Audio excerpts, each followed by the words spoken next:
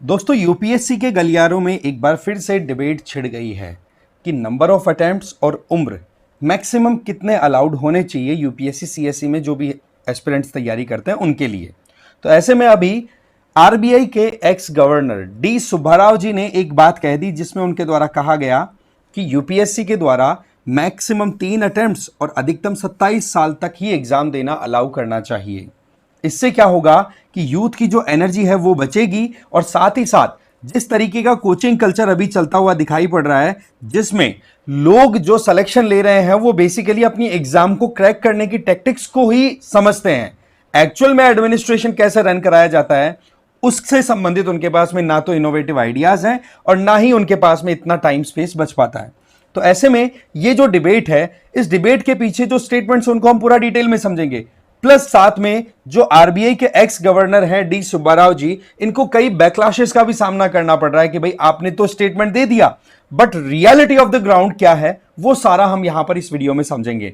But आगे बढ़े उससे पहले मैं आपको एक तो बता देता हूं कि आप मुझे फॉलो कर सकते हैं इस टेलीग्राम चैनल पे क्यूआर कोड को स्कैन करके, और दूसरा पीडब्ल्यूएनलीआईएस की तरफ से प्रतिज्ञा दिवस के ऑफर्स चलाए जा रहे हैं जिनमें जो भी आपकी कोर्सेज अभी ऑनलाइन रन हो रहे हैं ना उन सब पे 50% ऑफ दिया जा रहा है। जैसे कि प्रारंभ 2028 अगर आप ज्वाइन करते हो तो आपको अच्छा डिस्काउंट मिल जाएगा। प्रहार जो कि हिंदी और इंग्लिश में है जो 2026 का टारगेट लेकर के चल रहे हैं उनके लिए है। टाइटन इंग्लिश में है वो भी आप देख सकते हैं, उसमें भी अच्छा खासा डिस्काउंट है। 2027 जिनका टारगेट है उनके लिए संकल्प और पिनेकल चल रहे हैं उनके मीडियम के अकॉर्डिंग। इसी के साथ में जो मेंस की प्रिपरेशन करना चाह रहे हैं, जो 2025 प्री क्लियर करने वाले हैं, 25 की मेंस की तैयारी करना चाहते हैं तो सृजन मेंस 2025 है। इसके अलावा जो लोग 2026 के लिए जाना चाहते हैं तो वो प्रीलिम्स और मेंस दोनों की पैरेलल साथ तैयारी कर सकते हैं सृजन 2026 के आधार पर। तो कुल मिलाकर के जितने भी कोर्सेज हैं उनमें 50% ऑफ दिया जा रहा है और ये ऑफर बिल्कुल लिमिटेड टाइम तक रहेगा, समझे। तो आप इसको ज्वाइन कर सकते हैं, जो भी आपकी रिक्वायरमेंट है उस कोर्स को डिटेल है वो डिस्क्रिप्शन बॉक्स में दी हुई है, लिंक्स दिए हुए हैं। इसके अलावा आप कोई डाउट रखते हैं अभी भी तो ये जो कॉन्टैक्ट नंबर दिए हुए हैं 8071174446 इस पे कॉल करके अपनी इंक्वायरी को एड्रेस करवा सकते हैं, ठीक है जी। तो बात क्या है कि फॉर्मर आरबीआई गवर्नर दुवरी सुब्बाराव जी ने क्रिटिसाइज किया है यूपीएससी को कि आप इंडिया की यंग एनर्जी को खत्म कर रहे हो, जहां पर 6 अटेम्प्ट दे रखे हैं, 21 से 32 साल की आपने उम्र दे रखी है एग्जाम देने की। तो यही तो बोला एक इंडिविजुअल की लाइफ में सबसे ज्यादा प्रोडक्टिव टाइम आता है और उसी टाइम पर आपने एनर्जी को डेविएट करने का काम कर दिया। तो यहां पर हमें थोड़ा सोचने की जरूरत है। तो इनके द्वारा यह कहा गया कि देखो अटेम्प्ट्स तो 3 कर दो और जो मैक्सिमम उम्र 32 साल है उसको घटा करके 27 साल कर दो। इससे क्या होगा कि जो लोग वाकई में एडमिनिस्ट्रेटिव मटेरियल हैं, जो प्रशासन के लायक इंडिविजुअल्स हैं, वो अपने आप सेलेक्ट कर लेंगे और बाकी जो लोग बच जाएंगे जिनका सिलेक्शन नहीं होगा तो वो अपना प्रोडक्टिव टाइम अपनी लाइफ का अपनी खुद की ग्रोथ और कंट्री की ग्रोथ में अपना पार्टिसिपेशन दे पाएंगे।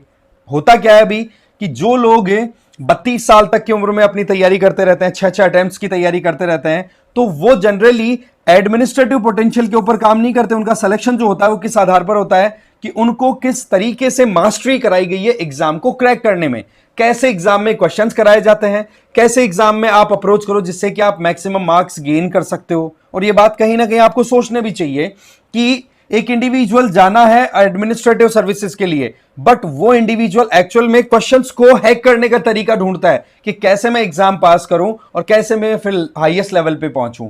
और 6 चांसेस का मतलब आप बैक टू बैक अटेम्प्ट्स की तैयारी करते रहते हो। वहां पर कोचिंग्स आपको ट्रेंड करके तैयार करके भेज देती हैं बट एक्चुअल में देखा जाए तो लाखों लोगों की तैयारी के बाद में कुछ हजार लोगों का सिलेक्शन होता है। तो कितना ज्यादा टाइम और एनर्जी वेस्ट हो जाता है, ये कहना है आरबीआई के एक्स गवर्नर का।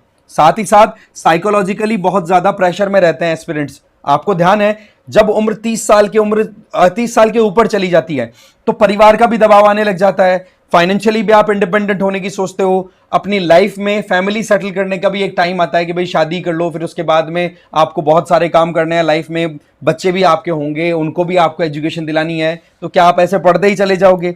पर यहां पर एक इश्यू आता है जो एस्पिरेंट्स के साथ में बहुत ज्यादा देखा गया है कि हमने जब 3 से 4 साल ऑलरेडी इन्वेस्ट कर ही लिए हैं तो अब हम पीछे मुड़ के क्यों देखें, हमने इतना पैसा इतना टाइम इन्वेस्ट कर दिया तो अब तो हम जीत कर ही निकलेंगे। अब ऐसे में फिर वो और टाइम ज्यादा इन्वेस्ट करते चले जाते हैं, नतीजा होता है कि एनर्जी और ज्यादा खत्म हो गई, productive years of the life waste हो जाते हैं।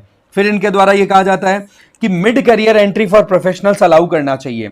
अभी तो क्या होता है कि लेटरल एंट्री की बात होती है कि हाँ भाई जो भी इंडिविजुअल्स इंटरेस्टेड हैं उन लोगों को बोल दिया जाता है, गवर्नमेंट अपनी तरफ से जो भी एक्सपर्ट्स हैं उनको एंट्री दे देती है। बट उनको लेकर के भी ऑब्जेक्शन आया कि भाई यहां पर जो लोग मेहनत करके यूपीएससी क्रैक करके सिविल सर्विसेज में जाना चाहते हैं, आप उन लोगों को साइड करना चाह रहे हो।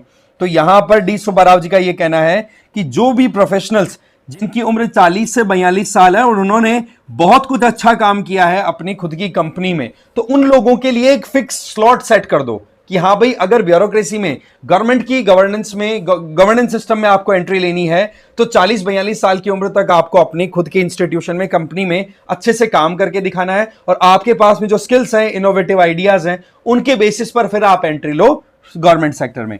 तो इस तरीके का इन्होंने एक सजेशन दिया, बोला एडॉक बेसिस पे जो लेटरल एंट्री होती है, जो नॉर्मली है कि हाँ जी आ जाओ इंटरव्यू हो गए वो सारे, उसकी बजाय आप उम्र फिक्स करो और उस उम्र से क्या होगा, एक एश्योरेंस आएगी प्राइवेट सेक्टर वालों को भी कि चलो ठीक है मेरे पास में एक ऑल्टरनेट अवेलेबल है ब्यूरोक्रेसी में एंट्री लेने की। साथ ही साथ यूथ की रिक्रूटमेंट को मॉडर्नाइज करने की जरूरत है। सुब्बा राव जी का यह कहना है कि 1970s के टाइम पे जब हम एग्जाम की प्रिपरेशन किया करते थे तो बोलो उस टाइम पे केवल 2 अटेम्प्ट्स हुआ करते थे और आज जब 6 अटेम्प्ट हो गए हैं तो इंडिविजुअल अपना पोटेंशियल ही नहीं रिकॉग्नाइज कर पा रहे हैं। वो एग्जाम के लूप में इस तरीके से फंस जाते हैं कि उनको खुद को पता नहीं पड़ता कि मैं इस एग्जाम के लिए बना भी हूं कि नहीं बना। तो ये सिनेरियो जो है इसको कहीं ना कहीं साइड करने की जरूरत है। आज जिस तरीके का एक थंब रूल चला रखा है प्रीलिम्स मेंस इंटरव्यू का, उसमें ज्यादातर फोकस ये रहता है कि आप एकेडमिकली कितना ज्यादा स्ट्रांग बन पा रहे हैं, आप क्वेश्चंस को कितना इजीली हैक कर पा रहे हैं। ग्राउंड लेवल पे जो एडमिनिस्ट्रेशन करना होता है उससे रिलेटेड जो चेकिंग होनी चाहिए, जो आज की सच्चाई है उसके अकॉर्डिंग हमें एग्जाम पैटर्न को अपडेट करने की जरूरत है। तो इस तरीके से इनके द्वारा बात बोली गई। अब यहां पर इनको किसी ने भी खाली हाथ नहीं जाने दिया है, सुब्बा राव जी को बैकलैशेस का सामना करना पड़ रहा है। एक तो सबसे बड़ा बैकलैश का कारण यह बताया जा रहा है कि हमारे देश में रूरल और बैकवर्ड जो कैटेगरी के जो लोग हैं उन लोगों को बहुत लेट पता पड़ता है कि भाई यूपीएससी जैसी भी कोई एग्जाम होती है।